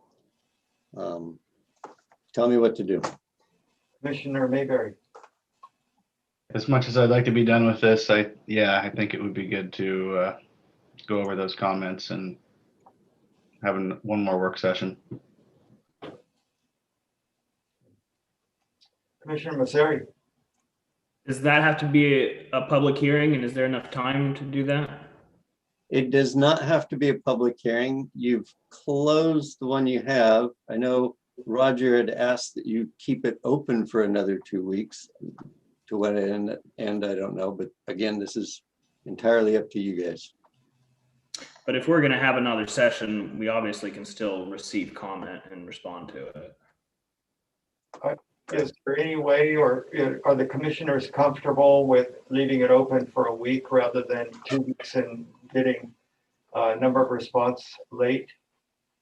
Or would that be confusing to the public also to have it close in a week rather than on the day of the meeting? Well, remember, doing so, you would also leave it open for everybody else. So you might get even more comments that would require you to postpone in another 2 weeks. So you could, I've seen hearing examiners leave a record open specifically to receive certain information from certain parties. That's also an option for you. Commissioners, what you like to do? I see some head shaking. Commissioner Masseri. For our purposes, I'm not sure if it makes a difference, even if, and I don't know that it matters if it's open, but even if it was closed, if we receive comment, we can respond to it. I think it's a little bit different than in a hearing examiner situation. Oh.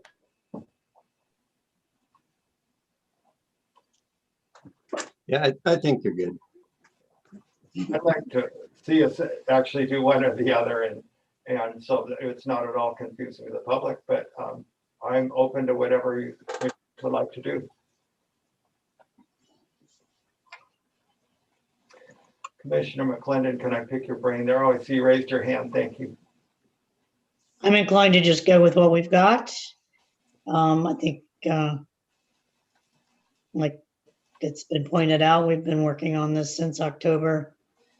It's important to me to get kind of a catalog of the comments that we got in response to the public hearing notice and staff responses to those.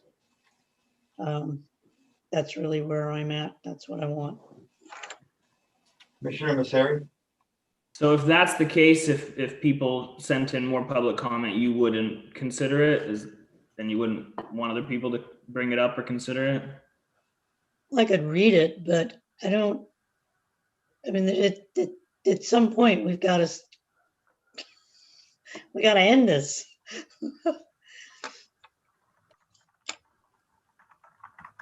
I mean, if somebody brings up some horrible error we've made, you know, that would be great that we would know about it and we could deal with it.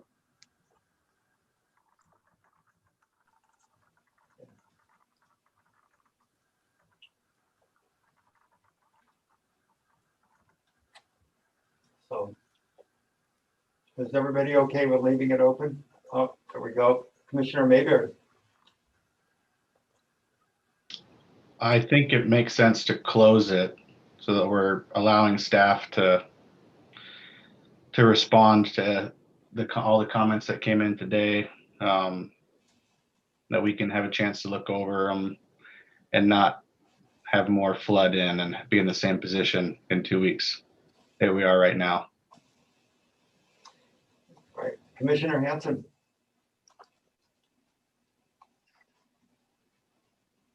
I think that makes sense to me too. I guess what my attitude, which may not be legal, is we have some things we want to possibly change.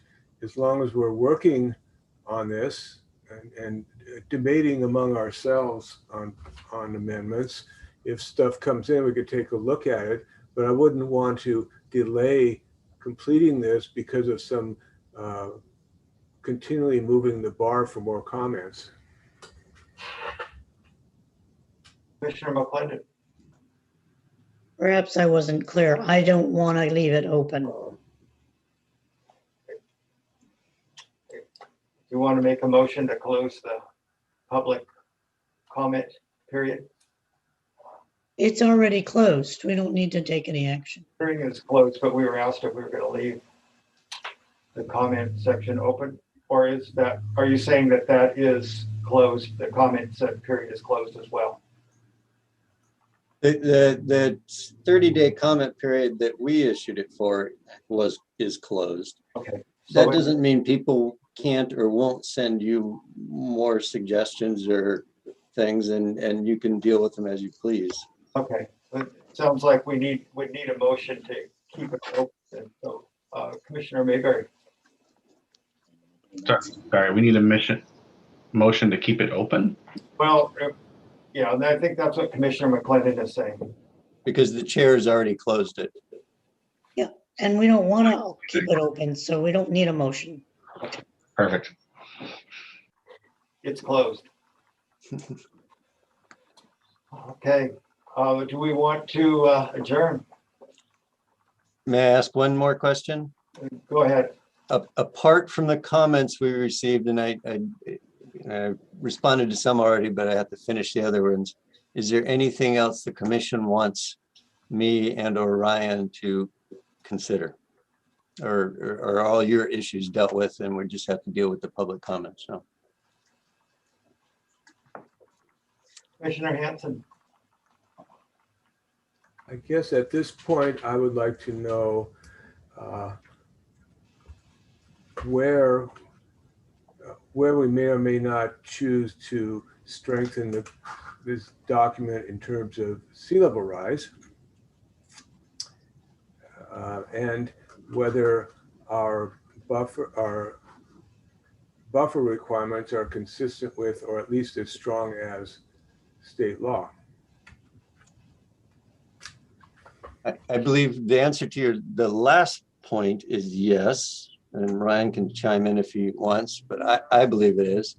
And regarding your first, I think both the joint letters from resources and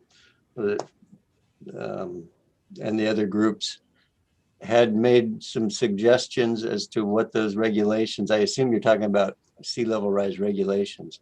They had made proposals, and those, you can find those in Exhibit H, the easy way to do that. Okay, I thought they were more rhetorical than specific, but I'll take a better look at No, it. they had some rhetorical stuff, but they also had some specific recommendation for language for sea level rise okay. regulations.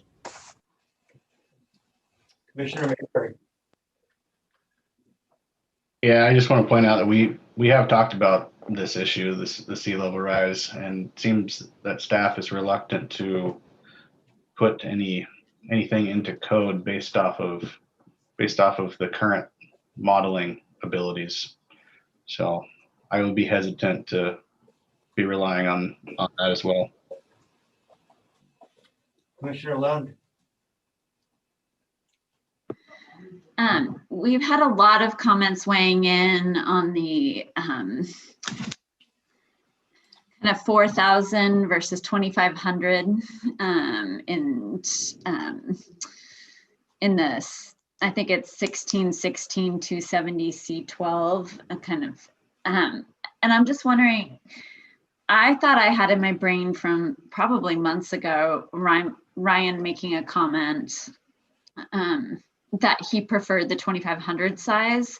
And I'm just wondering, as I kind of go through and do an assessment of all the comments and kind of where that landed, what staff's opinion was, if they could share that now as I'm going through, because we seem to have a lot of voices in each side of that camp.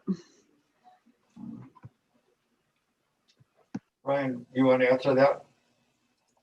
Sure. So during the last S&P update, or sorry, critical areas update, we had a large discussion about the amount of square footage allowed for a reasonable use.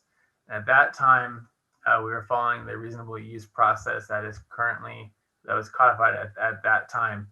And previously in 2005, I believe, was the CAO date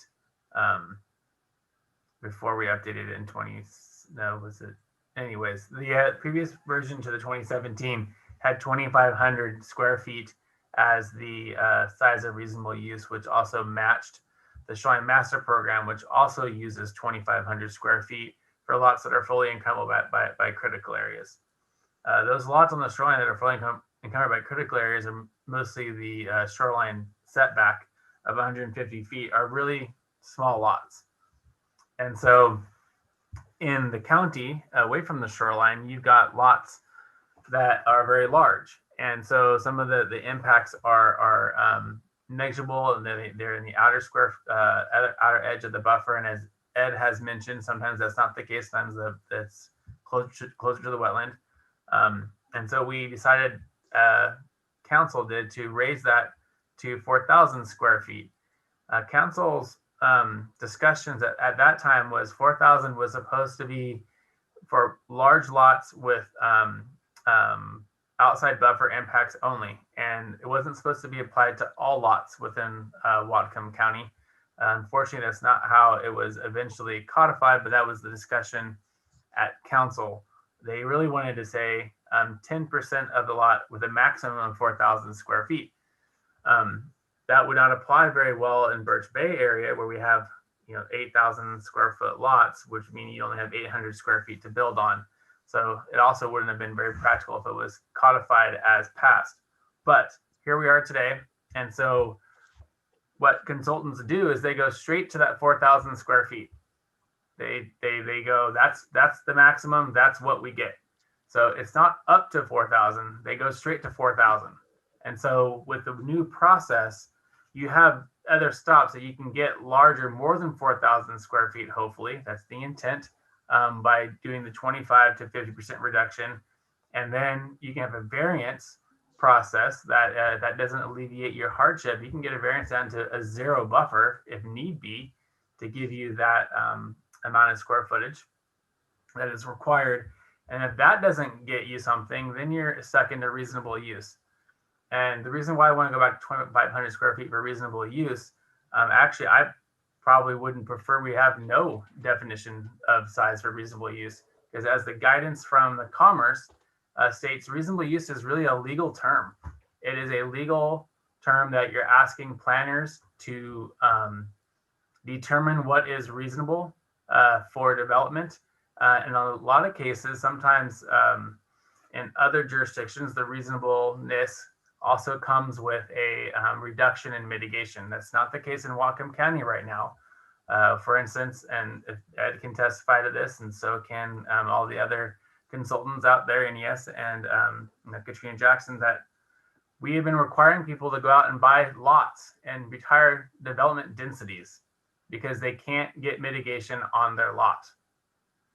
So as part of the reasonable use process, they have to go buy another lot, such as Sudden Valley.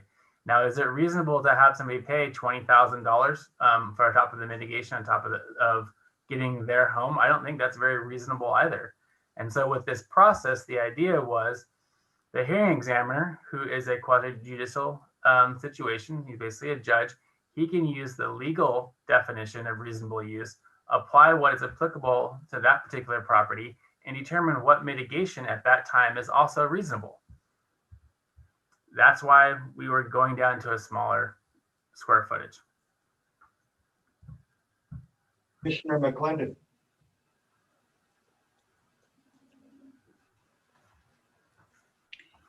I just want to clarify that basically what we're saying, or at least what I'm thinking of, is what's going to be on the agenda for the next meeting are the issues brought up in the comments that we've received specifically for this public hearing comment period. And anything else we might mention right now. Does that make sense?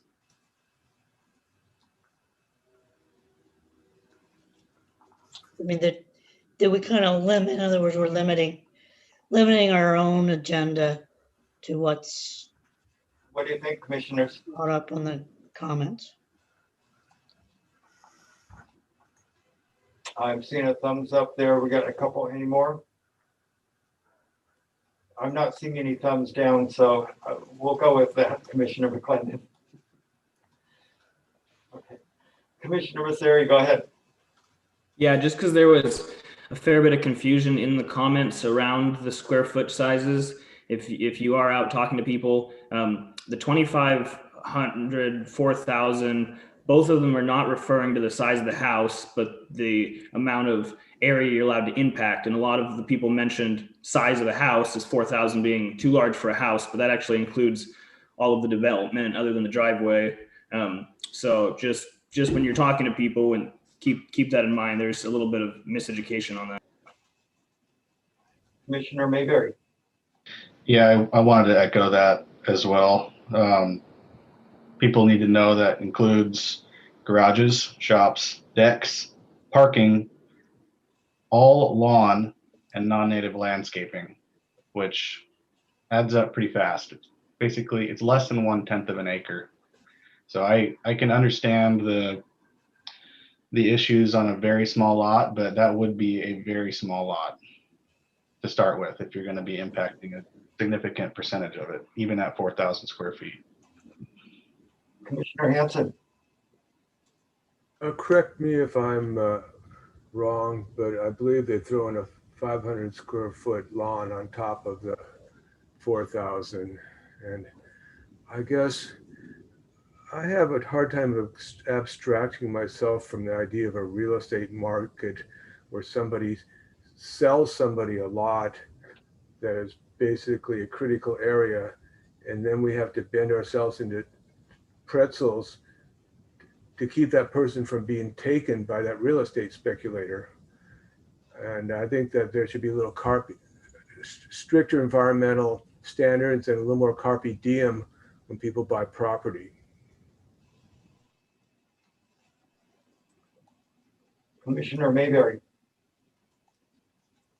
Yeah, I just wanted to add, whenever we change the buffers, increase the buffers, we create more and more of these lots that won't conform. So in a way, we're doing it to them. So also, when we have already hashed this out and voted on it, so I prefer not to do it again, but that's just my preference.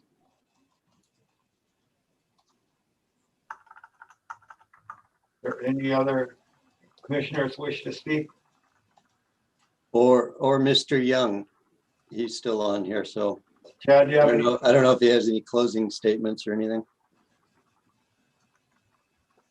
I do not, Cliff, thank you. Yep. Commissioners, are you ready to go home? Commissioner McClendon. I move to adjourn. Thank you, Commissioner Masseri. I had a separate topic. I just had a comment. Quickly. Just for Commissioner McClendon, when you guys have that, I think one thing that should be on the public participation is not just getting comment, but getting comment timely, because I feel like we've actually discussed all these issues, but we're now going to extend the time period for 2 weeks because we got a bunch of them again at the very end instead of getting them months ago. So this is the problem, is always people don't figure it out till we're done. They don't find out that we're doing anything until we're done. So that I think that's definitely one of the issues we need to address, is how do we inform the public about what the process is before, while we're doing it, rather than when we're done doing it. Commissioner Hanson, we Yeah, I'm echoing that. We need to educate the public and let them know that a public hearing isn't what shapes the legislation. It's the work sessions. There's so many things that need to be done on that group. Thank you so much, Natalie. Okay, meeting is adjourned. Thank you all. Thank you, everybody. See ya.